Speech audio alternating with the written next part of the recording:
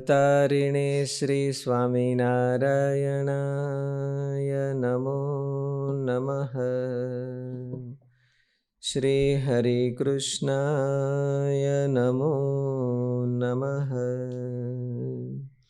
શ્રી પૂર્ણ પુરુષોત્તમાય નમો નમઃ. શ્લોક નંબર 92. અજ્ઞાનાજ્ઞાનતો વાપી ગુરુવાલઘુપાતકં ક્વાપી સ્યાત્ તર્હિ તત્પ્રાયસ ચિત્તં કાર્યં સ્વશક્તિતઃ.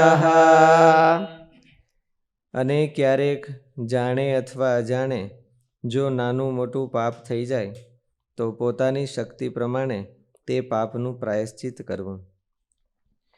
ઉપર કયા પ્રમાણે સમયને અનુસાર સંસ્કાર ઇત્યાદિ કરવા એમ કહ્યું. પછી જો તે કર્તવ્ય ચૂકી જવાય કે જાણે અજાણે જો નાનું મોટું કંઈ પાપ થઈ જાય તો પ્રાયશ્ચિત કરીને તે પાપનું નિવારણ કરવું.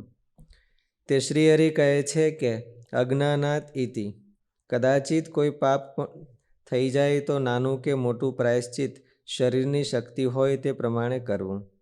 અને જો શરીરના અવયવો સશક્ત હોય તો નાનું પ્રાયશ્ચિત ન કરવું. એટલે નાનું મોટું બે કીધું હોય ને. સશક્ત માણસોને આટલું કરવાનું અને અશક્ત માણસોને આટલું કરવાનું. જેમ નીમ લેવાનું કીધા કે ચાતુર્માસમાં નીમ રાખવું, તો કે અશક્તિ હોય તો શ્રાવણ મહિનામાં એકમાં રાખવાનું.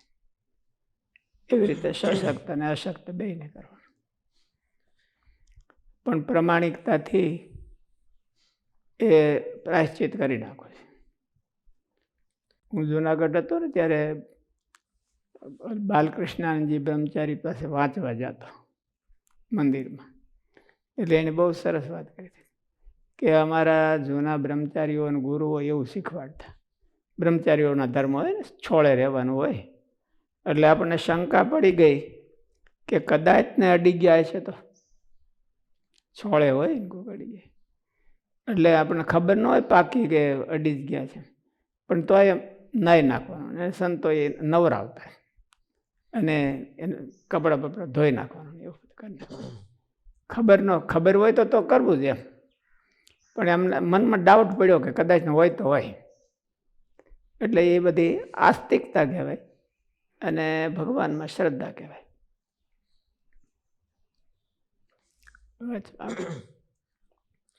શ્લોક નંબર 93 and 94.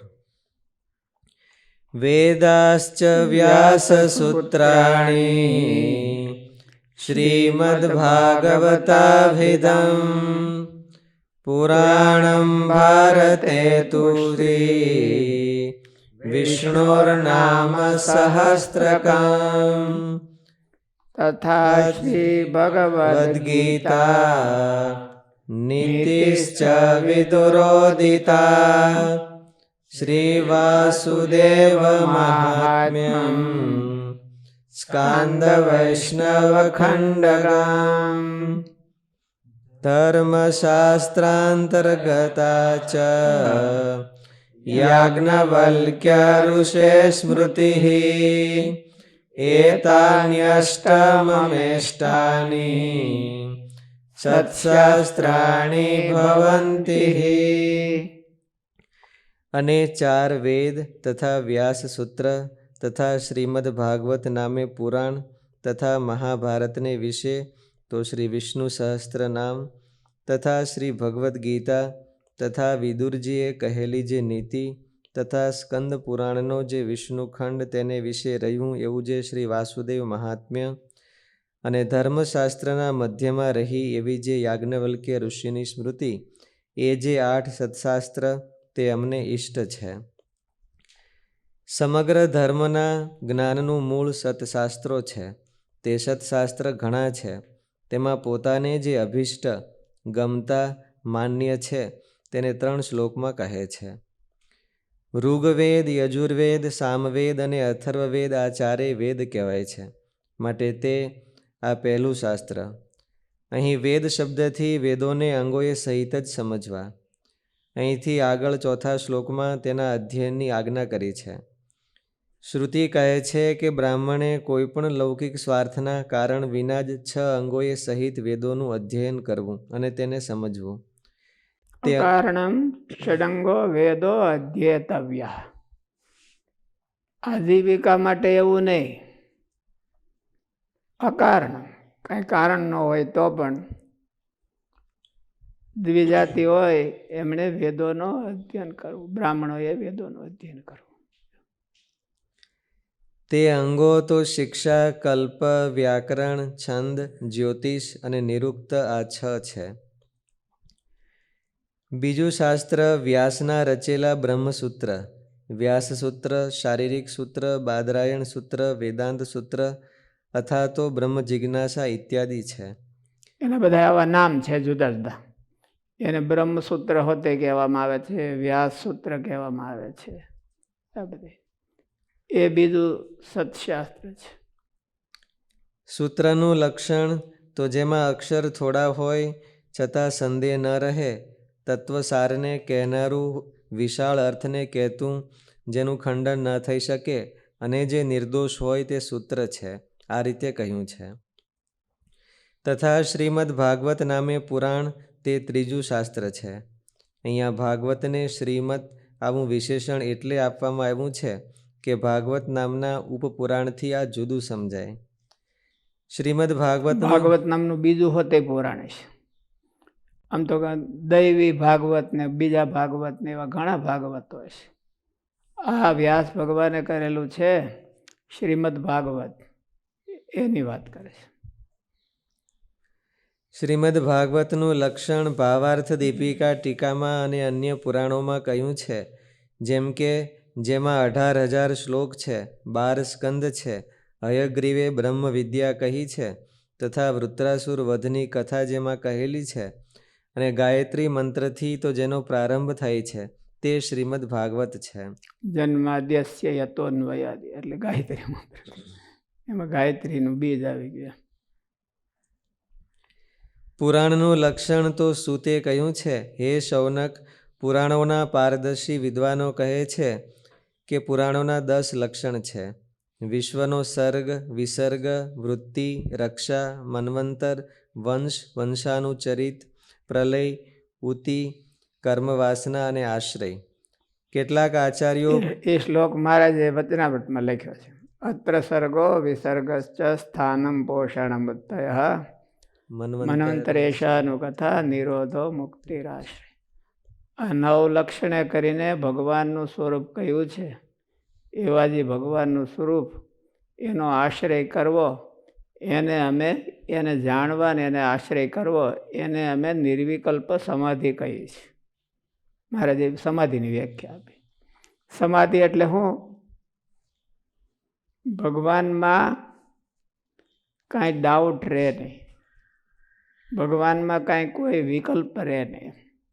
આ એટલે આ, મહારાજ દ્રષ્ટાંત દીધું કે આંબો એટલે આંબો, લીમડો એટલે લીમડો. એવું મનમાં થઈ જવું ભગવાન પ્રત્યે ઓળખાણ થઈને, તો એ પુરાણ છે એ 10 લક્ષણોથી ભગવાનને ઓળખાવે છે. ભાગવતના આગલા 2 પુરાણો છે, આગલા 2 સ્કંદ છે, 12 સ્કંદ છે. એમાં આગલા 2 સ્કંદ છે એ પહેલો સ્કંદ છે એ શ્રોતા વક્તાની શુદ્ધિનો છે. શ્રોતા કેવા હોવા જોઈએ અને વક્તા કેવા હોવા જોઈએ. શ્રોતાનું ઉત્તમ શ્રોતા પરીક્ષિતને ગણવામાં આવ્યા અને ઉત્તમ વક્તા સુખદેવજીને ગણવામાં આવ્યા. ભાગવતની કથા 3 ઠેકાણે થાય છે. બ્રહ્માજી ને નારદની વચ્ચે, નારદ ને વ્યાસ ભગવાનની વચ્ચે, એટલે નારદ અને વ્યાસ ભગવાનની વચ્ચે, સૌનકાદિક અને સૂત પુરાણીની વચ્ચે, અને સુખદેવ ને પરીક્ષિતની વચ્ચે. મહાનતાની કથા સાંભળવાનું પર્પઝ જુદું જુદું હોય. ભાઈ સૂત પુરાણી અને સૌનકાદિક ઋષિઓ બધા ભેળા થયા કે અમારે ટાઈમ બહુ છે, પાસ થવા માટે કંઈક એવું કરો અમને. એટલે કે 1000 વર્ષનો સત્ર કરી. ઋષિ મુનિઓની આયુષ બહુ મોટી હતી, એટલે 1000 વર્ષ સુધીનો એક સત્ર કરી. એટલે કે તમારો ટાઈમ વધે જ નહીં, દરરોજ આવીને બેસી જવાનું. અને મારે ટાઈમ ઘણો છે, એટલે અટાણે તો પાછો ટાઈમ કોઈને નથી. એટલે એ ટાઈમ પાસ કરવા માટે ભાગવતની કથા કરી હતી.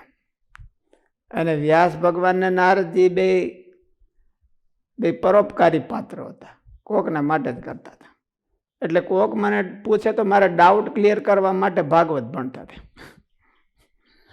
આપણે જેમ પરોપકારી છે બધાને કે બીજાને સત્સંગ કરાવે, પોતાને થાય કે ન થાય એનું કાંઈ વાંધો નહીં. આપણે પરોપકારી પાત્રો છીએ બધા, એટલે બીજાનું બહુ ધ્યાન રાખી, પોતાનું બહુ ધ્યાન ન રાખી. હું જુનાગઢ હતો તે 2 સાધુઓને ચર્ચા થઈ કે તમને મારો વિશ્વાસ જ નથી. તો એક સાધુએ કીધું કે અમને જરૂર તમારો વિશ્વાસ છે, તમે બીજાનું તો સારું કરો તો તમારું પોતાનું ભૂંડું કરો, એવું મને એટલો ડાઉટ છે. બાકી તમે બીજાનું તો સારું જ કરો, અમને વિશ્વાસ જ છે. એમ આપણે બધા પરોપકારી પાત્રો છે, એટલે બીજાનું તો સારું જ કરવા બેઠા છે. થાય તો નુકસાન આપણને પોતાને કરીએ, આપણે બીજા કોઈ ન કરીએ. એટલે નારદજી અને વ્યાસ ભગવાન એ 2 પરોપકારી પાત્રો, એ તો પાછા પોતાનું નુકસાન કરે એવા નહોતા, પણ આપણી વાત છે. એટલે એ 2 પરોપકારી પાત્રો હતા. અને સુખદેવજી અને પરીક્ષિત, તો પરીક્ષિતને તો નવરાય જ નહોતી, સામે મોત દેખાતું હતું કે જલ્દી મને તમે આમાંથી બચી અને ભગવાનમાં ચોટવું એવું કરજો. એટલે બધાને પૂછ્યું હતું ઋષિ મુનિઓને કે મારે આવું પરિસ્થિતિ થઈ તો શું કરવું મારે? એટલે કે કાંઈ વાંધો નહીં, અમને 6 મહિના લાગે, કોઈ કે અમને વરહ લાગે, પણ મારી પાસે વરહનો ટાઈમ ક્યાં છે? તો બરાબર ભગવાને સુખદેવજીને મોકલ્યા. શું પ્રશ્ન છે એમ આ બધું એમ, એટલે બધું એને સમજાયું. ઓહો, ઘડીના 6ઠ્ઠા ભાગમાં કરી દો 3 મિનિટમાં. 6ઠ્ઠો ભાગ એટલે 624, 4 મિનિટ થાય. 1 ઘડી એટલે 24 મિનિટ થાય. ઘડીના 6ઠ્ઠા ભાગમાં કરી દો 4 મિનિટ થાય. 4 મિનિટ તો હરખું પણોઠી વાળતા બે મોટા માણસને પણોઠી વાળીને પછી આમાં હલવું પડતું હોય, અને સેટિંગ થતા 5 મિનિટ તો થઈ જાય. અને પરીક્ષિત તો મોટા માણા હતા, એટલે એને સેટિંગ થતા વાર લાગે. તો કે તું બે એની પહેલાં કરી દો એમ કહેવાને. એટલે પરીક્ષિતને મોત દેખાતું હતું, અને એ મોતમાંથી બચવા માટે હાવલા મારતો હતો. ને એમાં જે ભાગવત સંભળાય એ બહુ જુદી જ જાતનું સંભળાય. અને સુખદેવજી પણ એવા હતા, એટલે એનો ઉત્તમ સંવાદ કહેવાય છે. એટલે ભાગવત છે એ 10 લક્ષણો કીધા છે, અને 10 લક્ષણો એ કરીને ભગવાનને જાણવાના કીધા. એમાં પહેલો સ્કંદ છે એ શ્રોતા ને વક્તાનો છે. ઉત્તમ શ્રોતા ને ઉત્તમ વક્તા કોણ? અને બીજો સ્કંદ છે એ સાધન શુદ્ધિનો છે. ભગવાનના પામવા માટે ઉત્તમમાં ઉત્તમ સાધન કયું કહેવાય?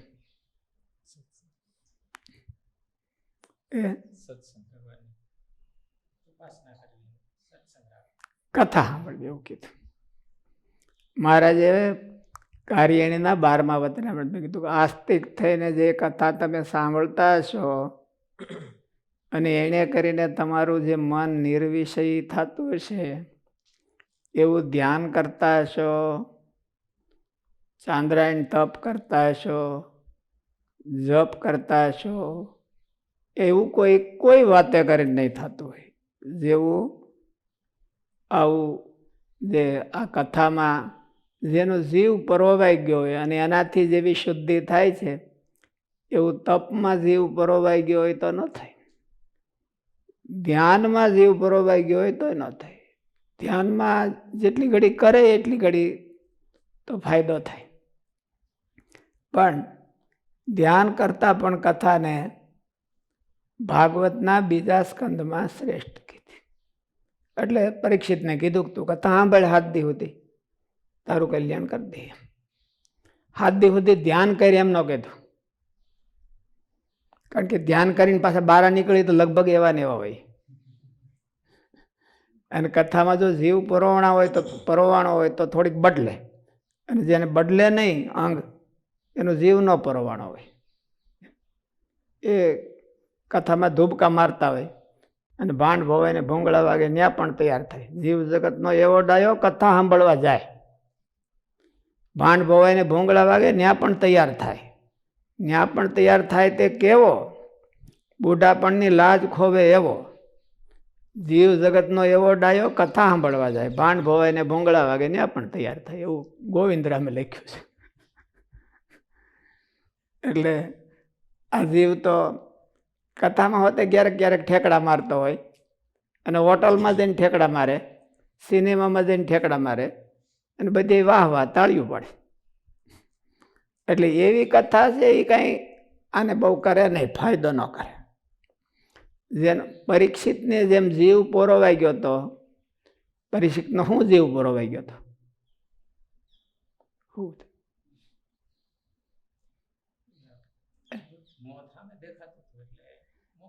ભૂખ ને તરસ ને ભૂલી ગયો તો 4 દી થઈ ગયા તો ખબર નહોતી. સુખદેવજી સંભાળ દીધું તારે ખાવું પીવું કાંઈ નથી, પેશાબ પાણી કાંઈ ના, મને કઈ લાગતું જ નથી. અટાણે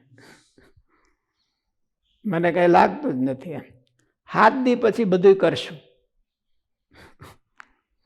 7 દી મોત છે ને એટલે દેખાય એવો એનો જીવ પરોવાઈ ગયો હતો. એટલે એનાથી જેવી શુદ્ધિ થઈ એવું મહારાજે હોતે કીધું ને સત્સંગ. એમ સત્સંગ બધા કરતા શ્રેષ્ઠ કીધો છે. યોગ, યજ્ઞ, તપ, વ્રત, દાન એના કરતાં પણ સત્સંગ શ્રેષ્ઠ છે. એટલે પરીક્ષિતે કર્યો એવો કરે એનું નામ સત્સંગ શ્રેષ્ઠ. એટલે બીજા સ્કંધમાં આ 2 વાના કીધા, પછી ભગવાનને ઓળખાવાના લક્ષણો કીધા. અત્ર સર્ગો વિસર્ગ છે. અને 10 સ્કંધે કરીને ભગવાનનું સ્વરૂપ ઓળખાય છે, અને એ ભગવાનનો આશરો થાય છે. એને પુરાણ કહેવાય, અને એવું ભાગવત બરાબર આદર્શ પુરાણ છે. કેટલાક આચાર્યો પુરાણોના 5 જ લક્ષણ માને છે. હકીકતમાં બંને વાત બરાબર છે. વિસ્તાર કરીને 10 કહે છે અને સંક્ષેપ કરીને 5. આ 10 લક્ષણોમાં વૃત્તિનો અર્થ સ્થાન છે, અને રક્ષાનો અર્થ પોષણ છે. વંશાનુચરિતનો અર્થ ઈશાનું કથા છે. સંસ્થા શબ્દનો અર્થ નિરોધ છે, અને તેથી આત્યંતિક લયરૂપ મુક્તિ કહી છે. આવી વ્યાખ્યા શ્રીધર સ્વામીએ કરી છે. આ ભાગવત ઋષિ વ્યાસે રચ્યું છે કે ઋષિએ રચ્યું નથી, આ અંગે ઘણા લોકો વિવાદ કરે છે. ઋષિએ રચ્યું નથી આવું વચન માનવા લાયક નથી. આ બધા આધુનિક વિવાદો છે. કોઈને વ્યાસ ક્યાં, કેટલા વ્યાસ થઈ ગયા, કારણ કે તેમ માનવાથી તો ઘણા વાક્યો સાથે વિરોધ આવે, અને તેવું વચન તો કેવલ કુતર્કોની કલ્પના જ છે. આવી શંકાઓ અને તેના પ્રત્યુત્તરોને દુર્જન મુખ ચપેટિકા, ભાગવત પ્રકાશ અને ભાગવત શંકા નિરાશ આદિ પ્રબંધોમાં વિસ્તારથી કયા છે, માટે તેમાંથી તે જાણી લેવા. એ શાસ્ત્રો હોય દુર્જન મુખ ચપેટિકા. ચપેટિકા એટલે લાફો હોય. દુર્જનના મુખ ઉપર લાફો મારી દીધો છે એ ગ્રંથોમાં. વેદ વ્યાસે રચેલા મહાભારતમાં તો આનુશાસનિક પર્વમાં પ્રસિદ્ધ શ્રી વિષ્ણુ સહસ્ત્રનામ સ્તોત્ર છે. આ 4થું શાસ્ત્ર છે. મૂળ શ્લોકમાં ભારત આવો વિશેષણવાચક શબ્દ પદ્મપુરાણમાં કહેલા વિષ્ણુ સહસ્ત્ર નામથી આ સ્તોત્રને અલગ દર્શાવે છે. આ ગ્રંથોની ક્લિયર આઈડેન્ટિફિકેશન કે એ જો ન હોય તો પછી બીજામાં ચડી જાય તો. એટલે વિષ્ણુ સહસ્ત્ર નામ એ પણ એક શાસ્ત્ર તરીકે ગણ, સ્તોત્ર છે તો પણ મહારાજે શાસ્ત્ર તરીકે ગણ્યું છે. શું કરવાને કે કલ્યાણ માટે કીધું છે. ભીષ્મ પિતાએ મરણ પથારી ઉપર કીધું છે, એટલે ખોટું ન બોલે. ઓલું ડાઈંગ સ્ટેટમેન્ટ હોય એમાં કાંઈ ફેરફાર થાય નહીં. સ્યુસાઇડમાં લખી નાખ્યું એ બહુ ભારે પડે બધાય. એટલે ડાઈંગ સ્ટેટમેન્ટમાં કાંઈ કદાચ એને ખોટું લખી નાખ્યું તો ન્યાયાધીશ એને ફેરવે નહીં, ગવર્મેન્ટનો કાયદો એને ફેરવે નહીં. એટલે ભીષ્મ પિતાએ ડાઈંગ સ્ટેટમેન્ટ આપી દીધું છે કે આના જેવું કલ્યાણકારી કોઈ નહીં. મરતા મરતા આપી દીધું, મરતા. ત્યાર પછી તરત જ ભીષ્મ પિતા ઉપર વ્યા ગયા અને બાણસૈયા ઉપર યુધિષ્ઠિરને આ ઉપદેશ આપ્યો છે. જપ કરવા યોગ્ય, સુખમાં અને દુઃખમાં જપ કરવા યોગ્ય કોણ છે? એટલે ભીષ્મ પિતાએ એવું કીધું. યુધિષ્ઠિર મહારાજે પ્રશ્ન પૂછ્યો છે એટલે ભીષ્મ પિતાને યાદ આવી ગયું. સામે શ્રી કૃષ્ણ ભગવાન ઊભા હતા એટલે એને કહી દીધું કે આ ભગવાનના 1000 નામ છે, એના જેવું બીજું કોઈ નથી. એટલે ભગવાનનું નામ આપણે માટે મહારાજે શતાનંદ સ્વામીએ જે 1000 નામનું કર્યું છે, સર્વમંગલ સ્તોત્ર, એવું આપણે માટે એના જેવું બીજું કોઈ ન ગણાય. મહાભારતના ભીષ્મ પર્વમાં પ્રસિદ્ધ 18 અધ્યાયની બ્રહ્મ વિદ્યારૂપ શ્રીમદ ભગવદ્ ગીતા આ 5મું શાસ્ત્ર છે. અને મહાભારતના ઉદ્યોગ પર્વમાં ધૃતરાષ્ટ્રની આગળ વિદુરજીએ કહેલી 9 અધ્યાયની વિદુર નીતિ આ 6ઠું શાસ્ત્ર છે. 7 ખંડવાળા સ્કંદ પુરાણના વિષ્ણુ ખંડમાં રહેલું શ્રી વાસુદેવ મહાત્મ્ય નામે શ્રી નરનારાયણ ભગવાને કહેલું 32 અધ્યાયવાળું શ્રી કૃષ્ણ મહાત્મ્ય આ 7મું શાસ્ત્ર છે. દેવરાત નામે બ્રહ્મર્ષિ હતા, તેમના પુત્ર યાજ્ઞવલ્ક્ય ઋષિ થયા. નષ્ટ ભ્રષ્ટ થઈ ગયેલી અથવા છિન્ન ભિન્ન થઈ ગયેલી શાખાઓમાં રહેલા ધર્મને યાજ્ઞવલ્ક્ય ઋષિએ યોગના બળથી સ્મૃતિમાં લાવીને રચેલો ગ્રંથ તેને યાજ્ઞવલ્ક્ય સ્મૃતિ કહેવાય છે. યાજ્ઞવલ્ક્ય પાછા બ્રહ્મજ્ઞાની હોતે હતા અને વિદુરજી ભક્ત હોતે હતા. વિદુરજી કરતા નીતિ કહેનારા તો બહુ ઝાઝા માણસો છે. ચાણક્ય નીતિ ને શુક્રાચાર્ય નીતિ ને કણક નીતિ ને વિદુર નીતિ ને આવા બધા નીતિ કહેનારા બધા બહુ છે. પણ એમાં બધા કરતા આની વિશેષતા શું કે ભગત હતા. શ્રી કૃષ્ણના અનન્ય ભક્ત હતા એટલે ખોટું ન કહે. અને કેવળ ફૂકી નીતિ ન હોય, એકાબીજાને ઉલાળવા એની નીતિ કહેવાય. કોઈ ખુરશી બેઠો હોય અને ઉલાળીને બીજે આપણે બેસી જવું, એ બધું નીતિમાં એવું એવી ખોટી ન હોય. કારણ કે વિદુરજી હતા એને કોઈ એવું લાલચ કેવી કોઈ નથી. એણે ફક્ત ધૃતરાષ્ટ્રએ ફરિયાદ કરી કે મને નીંદર નથી આવતી. રાત્રે, દિવસે ક્યારેક આવી જાય પણ રાત્રે નથી આવતી. મને ક્યારે નીંદર નથી આવતી. એટલે યુધિષ્ઠિરે કીધું કે તને નહીં આવે, હજી નહીં આવે. તે હલો વિદુરજીએ કીધું કે તને હજી નહીં નીંદર આવે. કારણ કે તે આખી જિંદગી કામ એવા કર્યા છે એટલે એને નીંદર ન આવે, સહજ છે. હજી તો એકાદું થોડુંક ફેરવી નાખ તો તને નીંદર આવે. આ બધા કામ તે દુર્યોધનને માટે કર્યા છે, પણ દુર્યોધનને મૂકી દે તો તને નીંદર આવે.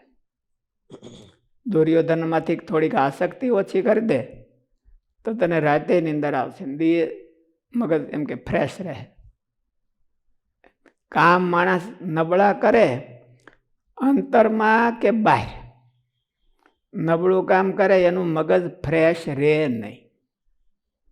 એને કોઈ દિવસ ભય છે એ દૂર થાય નહીં. એટલે અંતરની પ્રમાણિકતાથી મહારાજને રાજી કરવા માટે માણસે કંઈક થોડુંક બીવું જોઈએ, ભગવાનથી બીવું જોઈએ. એ ભગવાનથી ડરીને કામ કરે તો એના અંતરમાં શાંતિ થાય.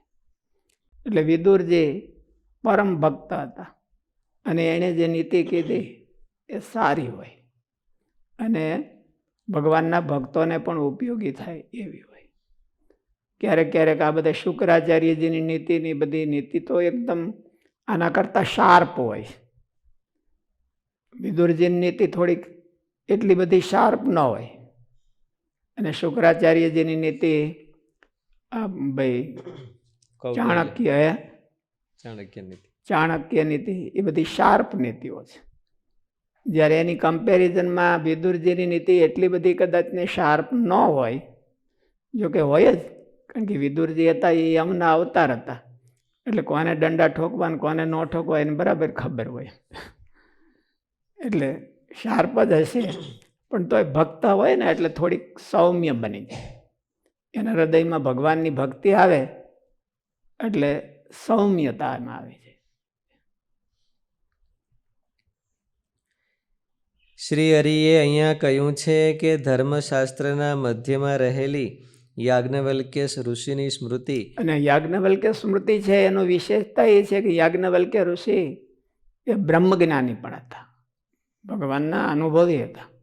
એટલે એણે જે ધર્મ નિર્ણય આપ્યો હોય એટલા માટે મહારાજે એને વધારે પછી સ્મૃતિઓ તો કેટલી બધી છે, પરાશર સ્મૃતિ અને મનુ સ્મૃતિની બધી સ્મૃતિ સારી છે, પણ યાજ્ઞવલ્ક્યની સ્મૃતિને મહારાજે વધારે પસંદ કરી.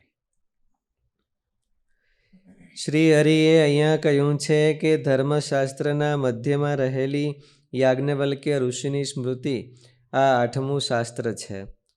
ધર્મશાસ્ત્રના મધ્યમાં વક્તાનો એમાં એના લેખકનો એમાં પ્રભાવ હોય.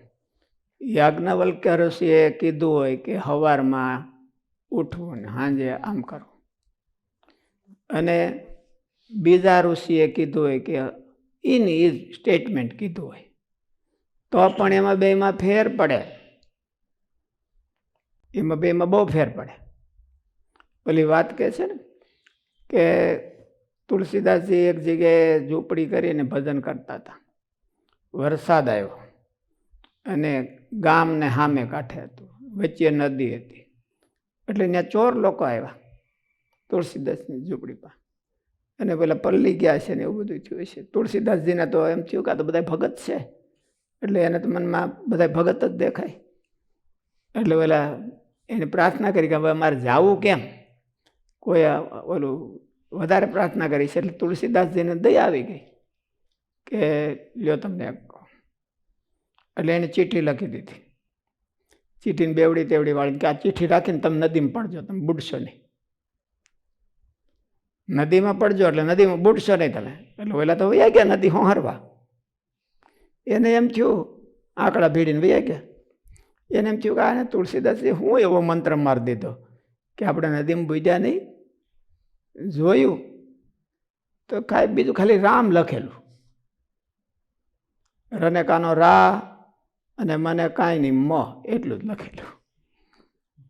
ઓહ, આવું તો આપણને હોતે આવડે છે.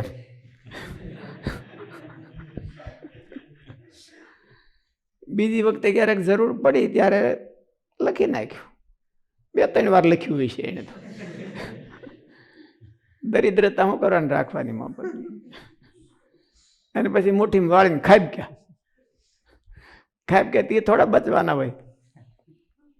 એટલે યાજ્ઞવલ્ક્ય ઋષિ છે એ કંઈક સ્ટેટમેન્ટ આપે અને બીજા ઋષિ કંઈક સ્ટેટમેન્ટ આપે.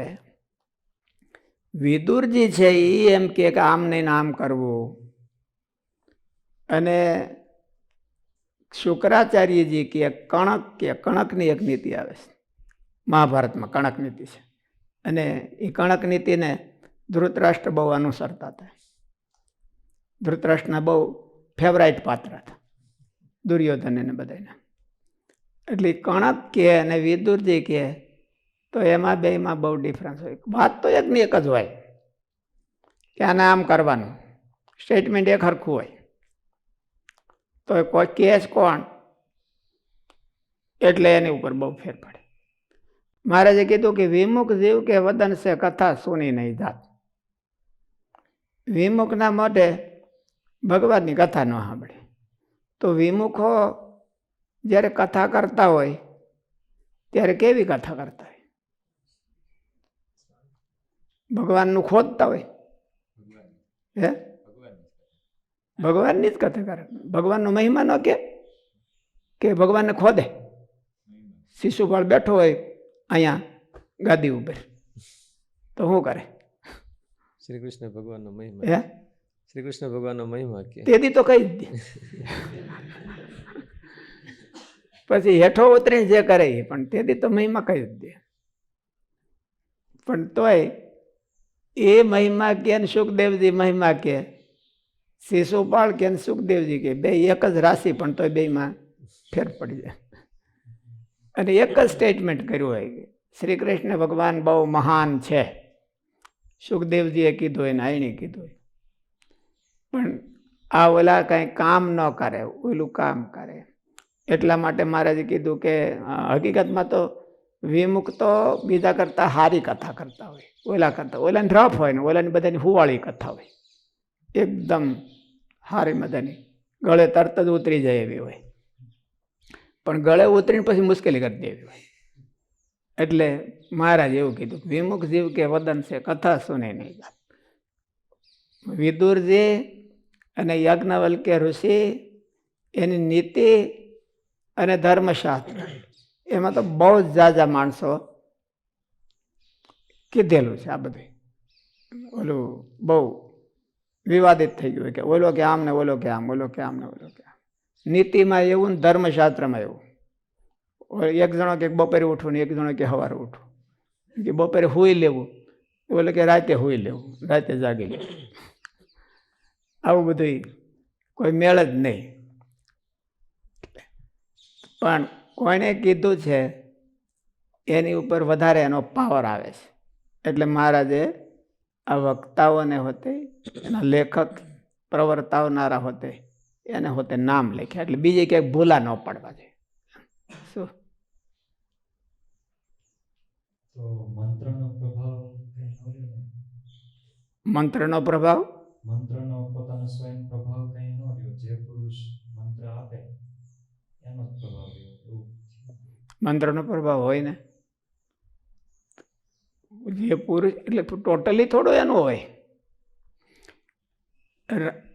મંત્રનો પ્રભાવ હોય પણ કોકના હાથમાં આવે તો બુઠ્ઠો થઈ જાય. મંત્રનો પ્રભાવ નથી એવું નહીં. રામ મંત્રનો પ્રભાવ પણ બોલે ચોર પાસે જાય ને તો રામ મંત્રનો પ્રભાવ એ બુઠ્ઠો થઈ જાય. માણસના હાથમાં આવે ને તો એવું થઈ જાય.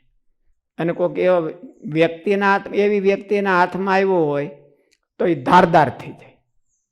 એટલે મંત્ર તો મંત્ર જ છે, પણ એમાં આ એડ થાય છે, એમાં થોડોક ઉમેરો થાય. પરશુરામ ભગવાને ભીષ્મ પિતાને બાણ વિદ્યા શીખવાડી. પરશુરામે પોતાનું હૃદય ઠલવી દીધું જોડું કે આ ભીષ્મ જેવો પાત્ર મને બીજી વાર મળે કે ન મળે. એટલે એને બાણ વિદ્યા શીખવાડી. અને પછી ભીષ્મ વયા ગયા અને બે પોતપોતાના રસ્તે વયા ગયા. એટલે પછી ઓલો મહાભારતમાં અંબાનો પ્રસંગ છે, તે અંબા ભીષ્મની ફરિયાદ કરવા માટે પરશુરામ પાસે ગઈ.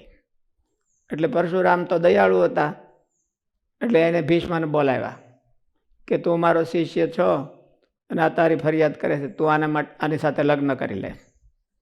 ભીષ્મએ કીધું હું તો મહારાજ, મેં તો પ્રતિજ્ઞા કરી છે મારા બાપને માટે, એટલે હું લગ્ન ન કરી શકું. પરશુરામ તો પાછા આકરા પાણીએ હતા કે નહીં તારે કરવા જ જોઈએ, અને નહીં તો મારે યારે યુદ્ધ કરી. તો કે ક્ષત્રિયનો દીકરો છું એટલે યુદ્ધની કોઈ ના ન પાડું. વોરિયર મૂડ હોય છે ને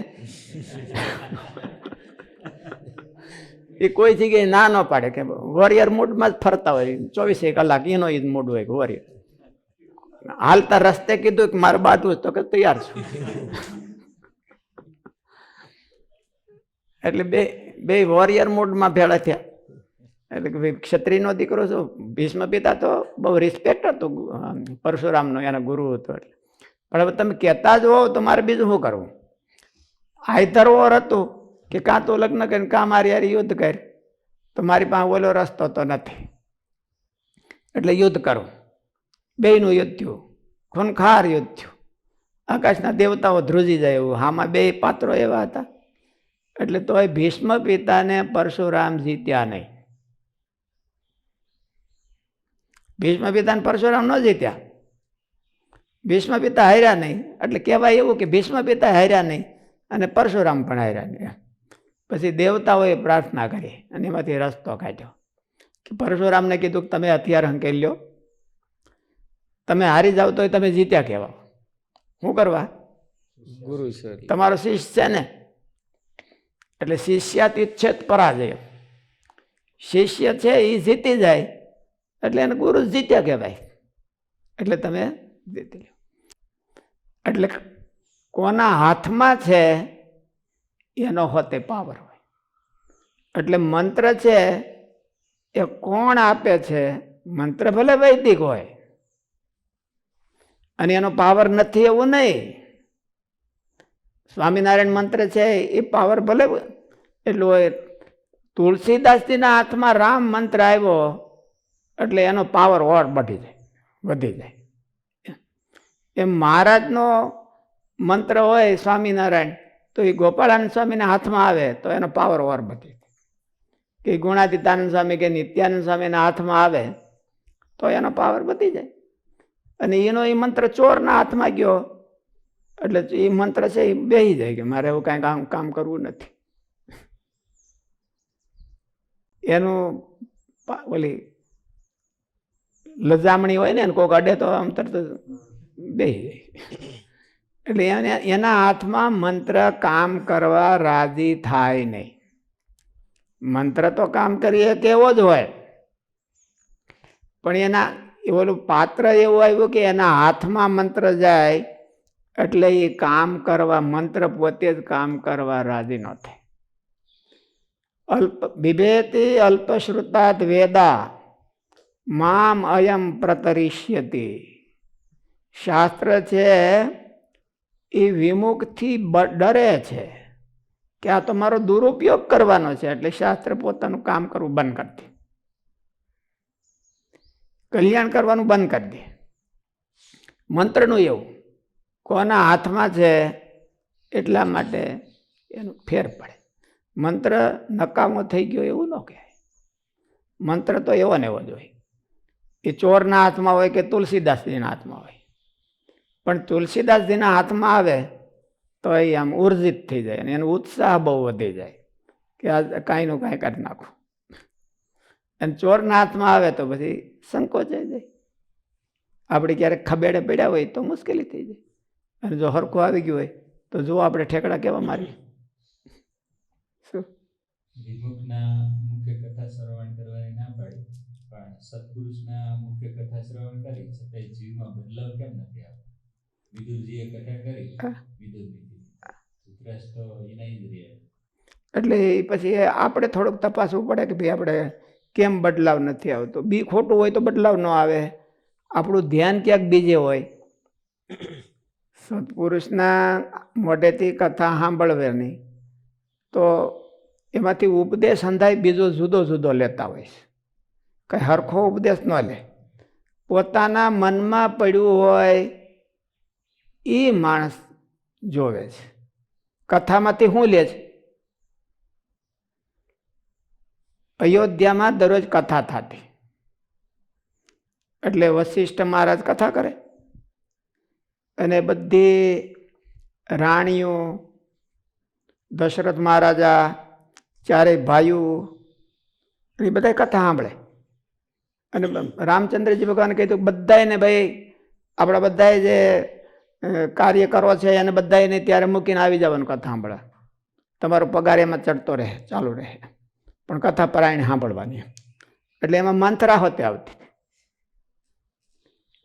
એમાં કથા આવી ગરુડજીની ને વીનતાની ને કદ્રુની. વીનતા ને કદ્રુ એ બે કશ્યપ ઋષિના પત્નીઓ હતા. કશ્યપ કે લગભગ એ જ છે ઋષિનું નામ એ. એટલે અને એ વિનતાને ને વિનતા એટલે ગરુડની માં અને કદ્રુ એટલે બધા હરપોની માં. અને એને બેને વિવાદ થયો. આવું તો બાયુમાં થતું જ હોય. એટલે વિવાદ થયો એટલે એણે કીધું, બે શરત નાખી કે સૂર્યના ઘોડા કાળા છે કે ધોળા? સૂર્યના ઘોડા કાળા છે કે ધોળા? એટલે વિનતા ગરુડની માં હતી એને કીધું કે સૂર્યના ઘોડા તો ધોળા છે. કદરું કે કાળા છે. કે ન હોય તો શું શરત? કે ઓલી કે તારે મારી દાસી થઈ જવાનું, ઓલી કે તારે મારી દાસી થઈ જવાનું, બે ખોટું પડે તો. એટલે કદરુએ એના છોકરાઓને કીધું હરપને, બધા વાળ જેવા થઈને ઘોડાને ચોંટી જાઓ. એટલે ઘોડા ધોળા હતા તો કાળા થઈ ગયા. એટલે ઓલું કીધું અને તે દીનું બેને તકલીફ થઈ ગઈ છે ને ઓલો ગરુડજીને એને હરપને તકલીફ થઈ ગઈ. તે મારી માને આમ કર્યું હતું તો હું તમને ખાઈ જાઉં. એટલે એ બે ઝઘડા. એ કથા આને બધા સાંભળી. તો બધા પછી આપણે જેમ કથાનું મનન કરીએ છીએ અને બધા પ્રશ્નોત્તરી કરીએ છીએ, એ બધા બેઠા કે જેને જેને યાદ રહ્યું હોય એ બોલો. એટલે મંથરા બોલી અને કઈ કઈને કીધું, કઈ કઈને આમ કે સાંભળ્યું હું કે ઓલી એને બે પત્ની હોય એને શું કે શોખ ને મેળ ન હોય. જો કૌશલ્યા રાણી થાય, રામ ગાદીએ બેસે તો તને તો નોકરાણી તરીકે રાખશે. હજુ ને હું નથી કહેતી કઈ, વશિષ્ઠ મુનિએ કીધું છે અને પાછું શાસ્ત્રમાં આવ્યું છે. એટલે સત્પુરુષ વશિષ્ઠ મુનિ તો સત્પુરુષ જ કહેવાય ને, કે નહીં? તો મંત્રાએ આવું લીધું એમાંથી. હવે હું સમજવું કયો લ્યો. મંત્રાએ આખું બધું અયોધ્યાને ખળભળાવી નાખવાનું લીધું એમાંથી. વશિષ્ઠ મુનિની કથામાંથી મંત્રાને આ આખી કથામાંથી 7 દીની કથા હશે, 7 દીમાં મુખ્ય પોઈન્ટ આવ્યો. તમે કહો કે ભાઈ સત્પુરુષની કથામાંથી ફેરફાર કેમ થતો નથી? તો ન થાય. કરવો હોય એને થાય. મંથરાને તો બીજો ફેરફાર કરવો હતો, પોતાનો ફેરફાર નહોતો કરવો.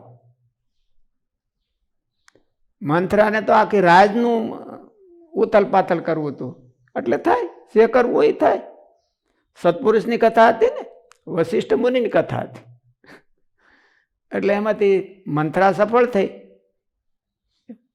એટલે ઈરાદો કથા સાંભળવાનો કેવો છે, એવો સારો હોય તો ફેરફાર થાય. ઈરાદો જ પોતે પોતાનો ગોઠવીને બેઠા હોય તો ગમે એ કથા કરવા આવે તો હું ફેરફાર ન થાય. નિર્વિકલ્પાજી નંદજીએ એને કોની કથા સાંભળી હતી? મહારાજની સાંભળી હતી? કોની? કે બીજા કોઈ નહીં? એટલે બરાબર મેક શ્યોર કરો એમ.